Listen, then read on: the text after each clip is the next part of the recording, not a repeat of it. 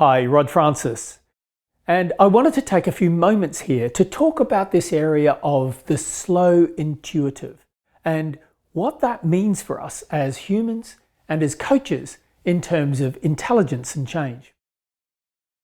Cognitive science has become rather obsessed with the topic of embodied mind, and this meaning that the discovery that the locus of cognition and intelligence is not simply the 6 pounds of jello between your ears, but also nor is it some kind of phantasmic disembodied process, but it is a fully integrated aspect of our whole human experience.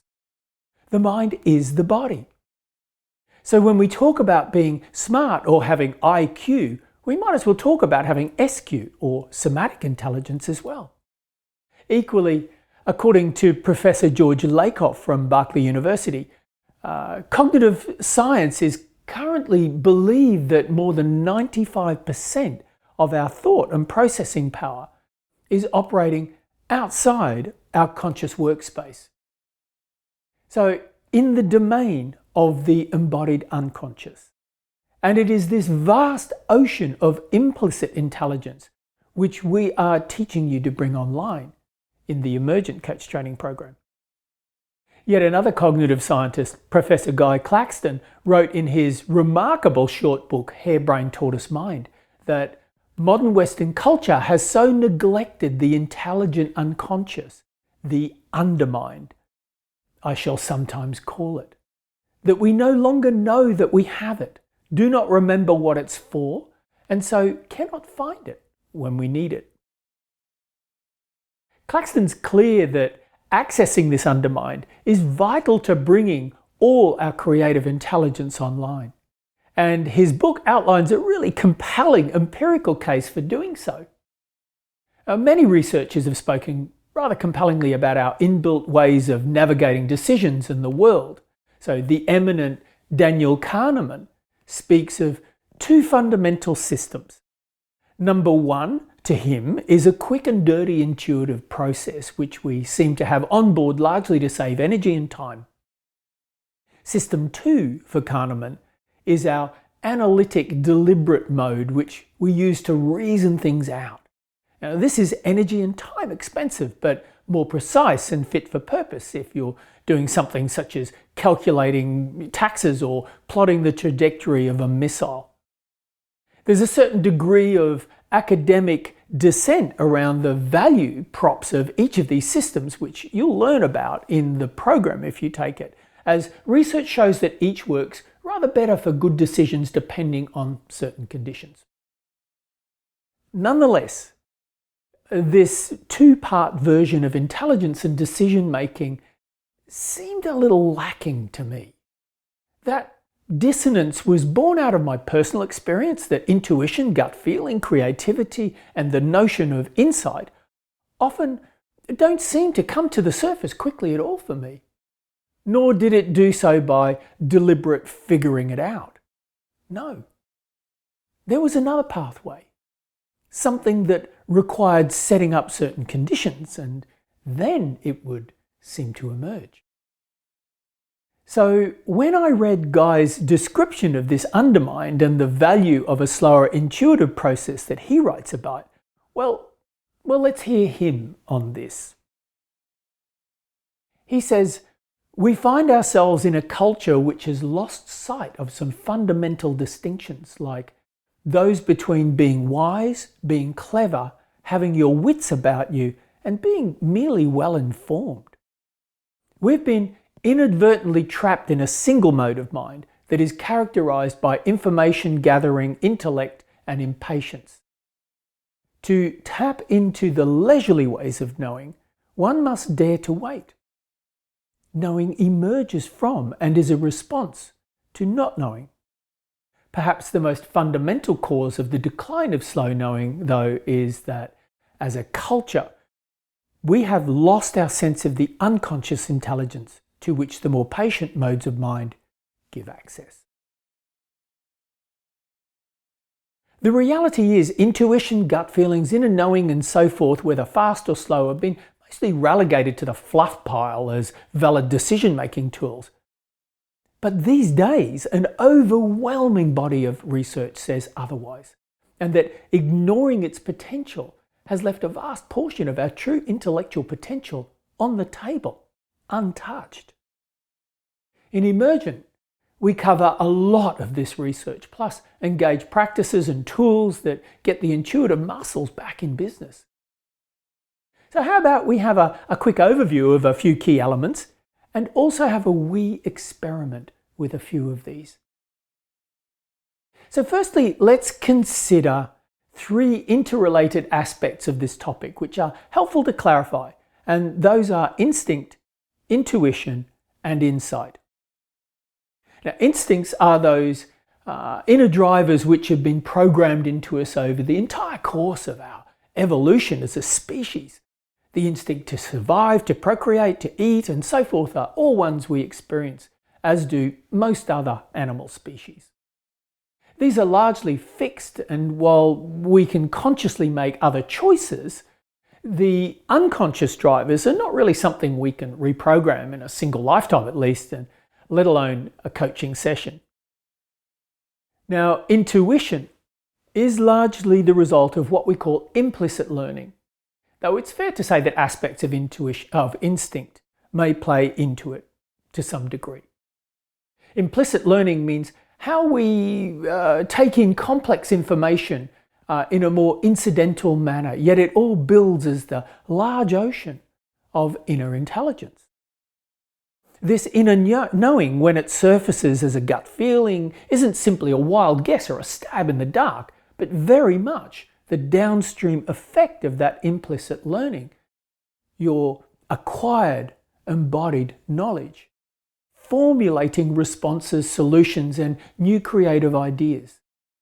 Some come as a quick gotcha, and some, this slower form, which we'll look at in a few minutes. World-renowned expert in risk and decision-making, Gerd Gigerenzer of the Max Planck Institute in Berlin, tells us an intuition is neither caprice nor a sixth sense, but a form of unconscious intelligence. There's also a certain amount of nuance in employing intuition, notably in the area of cognitive bias, and we address that area as well in the Emergent program, and in there show people precisely why the slow intuitive provides the very solution to that effect. Now, insight, as I'm bringing it here, is that sudden flash, the problem you've been working on but just haven't been able to solve, which suddenly seems to take shape in a new, interesting, and never before seen like this type of shape or answer. That aha moment, the light bulb. The great Einstein said on this, there comes a point where the mind takes a leap, call it intuition or what you will, and comes upon a higher plane of knowledge, but can never prove how it got there. All great discoveries have involved such a leap. So it is an integrated aspect of the intuitive process, and where implicit knowing reaches a certain potential and then emerges into the conscious workspace as that all-important aha. So what is equally true is this isn't an outcome of analysis, but is very much the end result of implicit learning, not knowing things and setting up the appropriate conditions, and then, more on this and those appropriate conditions to come in the program, but there's perhaps now an opportunity to go play a game. What do you think? And this is a little fun game which helps demonstrate those 3 modes of mind: the quick and dirty, fast intuitive, the deliberate analytic, and the slow intuitive. So let's start with this. Now, while it's true some may need to engage analysis with this simple little puzzle, most of us will solve this instantly, without recourse to pen and paper, using your fingers or mental addition, right? The implicit learning reveals an answer immediately. This is the fast intuitive at work. The same happens when, say, you catch a ball. You don't have to analyze trajectories and so forth as you run towards it. The calculus is instant and non-conscious. Now let's look at this puzzle. There's 3 cards facing down, and the task is to reveal what each card is simply from the clues that are available to us. To the left of the queen is a jack. To the left of a spade is a diamond. To the right of a heart is the king. To the right of the king is a spade. So let's take a moment with this. And while you're working to reveal the answers, perhaps notice how the mind has switched modes or shifted a little.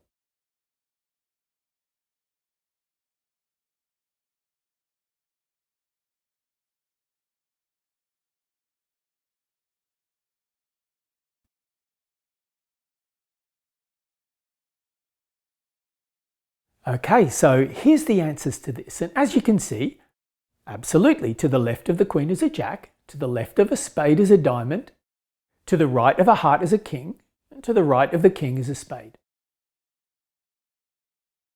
Now the final game you have is you have 9 animals you can see here, and all bounded in a pen, a square pen. And the task is to put them in individual pens by simply adding 2 more square enclosures.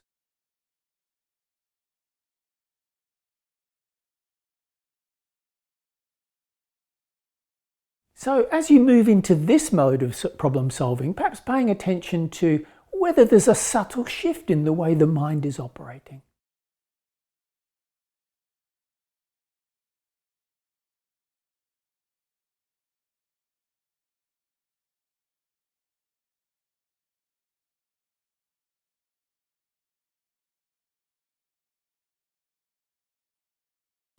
Now here's a solution for the animal puzzle. Did you happen to notice anything about the different modes employed for each of these tasks? While it's possible there is some interaction, and say the analytic might get a little involved to some degree in the first and last, more intuitive tasks, I hope you can broadly get a sense of how they operate. Even with that last task, the insight needed to come to a solution is typically not a product of deliberate reasoning, but it is a kind of out-of-the-box mode of thinking associated with insight and the more slow pathway of intuition. So why this is so essential to e-coaches is if you recall that factoid about more than 95% of our inner thought being unconscious. Therefore, if as a coach you're solely coaching to the conscious deliberate mode with your clients, which most of us tend to, then you may well have more than 95% running in the entirely opposite direction. And in that case, true lasting change for your clients will be laborious and energy intensive, if not nigh on impossible. Now, I could run and run on this topic, as there is so much to say regarding the fascinating research on these areas of intuition and our unconscious intelligence. And that's why we have an entire program devoted to doing exactly that. But let's put these ideas together, meaning the vast nature of our largely untapped implicit intelligence and the possibility offered by developing these unexercised muscles of slow knowing. So it is this possibility of accessing that vast inner thought ocean of intelligence, the pre-verbal, non-analytic, which we dig deep into in the Emergent program. In there, you also get plenty of experiential learning, buffer that with a lot of emerging science behind our model, and support participants in integrating this into their coaching so that all of them can also bring this mode powerfully online for their clients. Thank you.